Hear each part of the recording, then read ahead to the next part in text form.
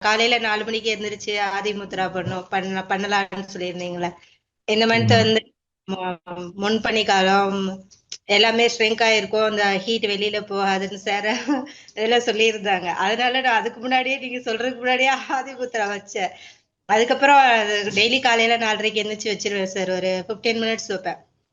இப்ப ம். எல்லாரும் ஸ்வெட்டர் போட்டுதான் தூங்குவாங்க, எதிர்த்தாலும் ஸ்வெட்டரோட தான் இருப்பேன். நான் மட்டும் தான் ஃப்ரீயா இருப்பேன். எப்பவுமே உல்டாவா இருக்கும். அவங்க எல்லாம் ஃப்ரீயா இருப்பாங்க, நான் ஃபுல்லா கவர் பண்ணிட்டே இருப்பேன். கண்ணு மட்டும் தான் தெரியும், ஃபுல்லா கவர் பண்ணிட்டு இருப்பேன். இப்ப எந்த எந்த குளிரும் தெரியல. எனக்கு சைனஸ் உண்டு. இப்ப சைனஸ் எல்லாம் எதுவுமே இல்ல. காலையில கோலம் போட போறப்ப கூட காத்து அவ்வளவு ஜில்லுன்னு அடிக்கும். ஆனாலும் பயப்படாம பண்ணிடுறது. இப்ப அவங்கள நான் கீழே பாக்குற மாதிரி இருக்கு. அப்பா நம்ம ஃப்ரீ ஆயிட்டோம் அப்படின்ட்டு எல்லாருமே ஸ்வெட்டரோட தான் என் வீட்டுக்காரெல்லாம் ஸ்வெட்டர் போடவே மாட்டாங்க. இப்ப அவங்களே போடுறாங்க. எனக்கே ஆச்சரியமா இருக்கு, நம்மளுக்கு மட்டும் குளிரவே இல்லையே அப்படி. அப்ப எவ்வளோ இதனால கொஞ்சம் கடும். எவ்வளோ ம். ம். ஆதிபுத்திரக்கு எவ்வளவு பவர் இருக்குன்னு இப்பதான் சார் தெரியுது. ஓ, அதே மாதிரி சிறப்பு. என்னோட அத்தைக்கு வந்து கவிதா பாண்டியன் வாயுமுத்ராவும் மேம். சனி. கவிதா கவிதா பாண்டியன் மேம் என்ன சொல்றாங்க? அந்த காலத்துல இவங்களுக்கு ரொம்ப மிகுந்த குளிர் இருக்கும். மத்தவங்க எல்லாம் வந்து விட அவங்க பலமுறை சொட்டர் போட்டுட்டு இருப்பாங்க. பாடி வந்து ரொம்ப குளிர்ச்சியா இருக்கும். மார்னிங் வந்து அவங்களால சில்னஸ் தாங்க முடியாத ஒரு சில்னஸ் இருக்கும். சைனசிட்டிஸ் என்பது. இப்ப அம்மாவுக்கு நம்ம வந்து வே ஃபார்வர்ட்ல ஒரு ஆலோசனை என்ன கொடுத்தோம்னா, ஏர்லி மார்னிங் நீ வந்து டூ ஆதி முத்திரை மேம் அப்படின்னு சொல்லி அவங்களோட கைகளையும் ஓகே அவங்களோட ஸ்கேன் பண்ணி நம்ம சொன்னதுல மேம் இப்ப ஆதி முத்திரை பண்றாங்க. என்ன சர்ப்ரைஸ்! ஆதி முத்திரைன்னா எல்லாரும் என்ன பண்ணுவோம்? அதெல்லாம் அது குளிர்ச்சிப்பா. அதெல்லாம் வந்து நீருக்கானதுன்னு நினைச்சிட்டு இருக்கோம்ல.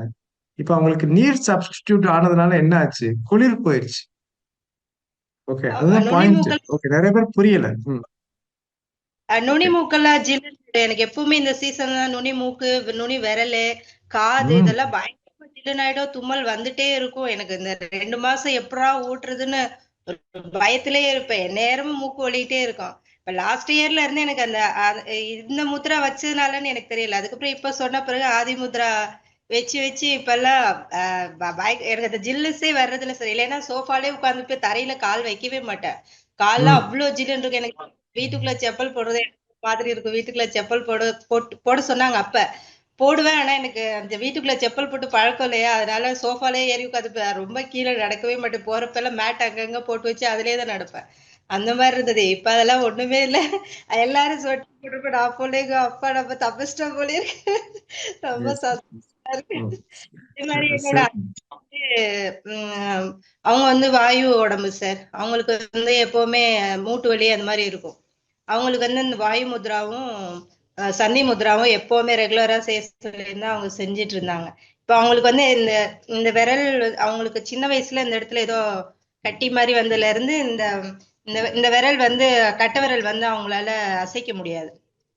அசைக்க முடியாதுன்னா மத்த ஃபிங்கர்ஸ் மாதிரி ஃபிளெக்சிபிளா இல்ல. அவங்க இப்படியே தான் கை வச்சிருப்பாங்க. அவங்களுக்கு வந்து இந்த இடியாப்பம் ரொம்ப பிடிக்கும். ஆனா அவங்களுக்கு செய்ய வராது. நான் போனேன்னா தான் செஞ்சு கொடுப்பேன். இப்ப அவங்களே செய்யறாங்க. எப்படித்தான் செய்றீங்கன்னா வாங்கிட்டு வந்தீங்களா? இல்ல நானே தான் செய்யறேன் அப்படின்னாங்க. இப்ப எனக்கு இந்த கை வருது. இடியாப்பம் புளியறதுக்கு எவ்வளவு ஸ்ட்ரென்த் வேணும். அவங்க அந்த கட்டை விரலை யூஸ் பண்ணி செய்யறாங்க. இன்னொன்னு அவங்களுக்கு லெஃப்ட் லெக் வந்து கொஞ்சம் லைட்டா அவங்க முட்டிக்கால்கிட்ட வளைஞ்சு லைட்டா வளைஞ்ச மாதிரி இருக்கும். அதனால அவங்க வந்து பேலன்ஸ் பண்றது ரைட் லெக் வச்சு இப்படிதான் நடப்பாங்க. இப்ப ஸ்ட்ரைட்டா நடந்தாங்க. அதுக்கப்புறம் அவங்க சொல்றாங்க, நான் எனக்கு லெஃப்ட் லெக் வரவே வராதுன்னு, நான் ரைட்டா பேலன்ஸ் பண்ணி தான் நான் லெஃப்ட் லெக் நடப்பேன் எப்பவுமே. இப்ப நான் படிக்கட்டே ஏறேன்னு சொல்லிட்டு அந்த லெஃப்ட் லெக்க வச்சே ஏறி அந்த ஒத்த கால்ல நின்னு காமிக்கிறாங்க. பாரு எனக்கு இது மாதிரி எல்லாம் இருந்ததே இல்ல. ஓ!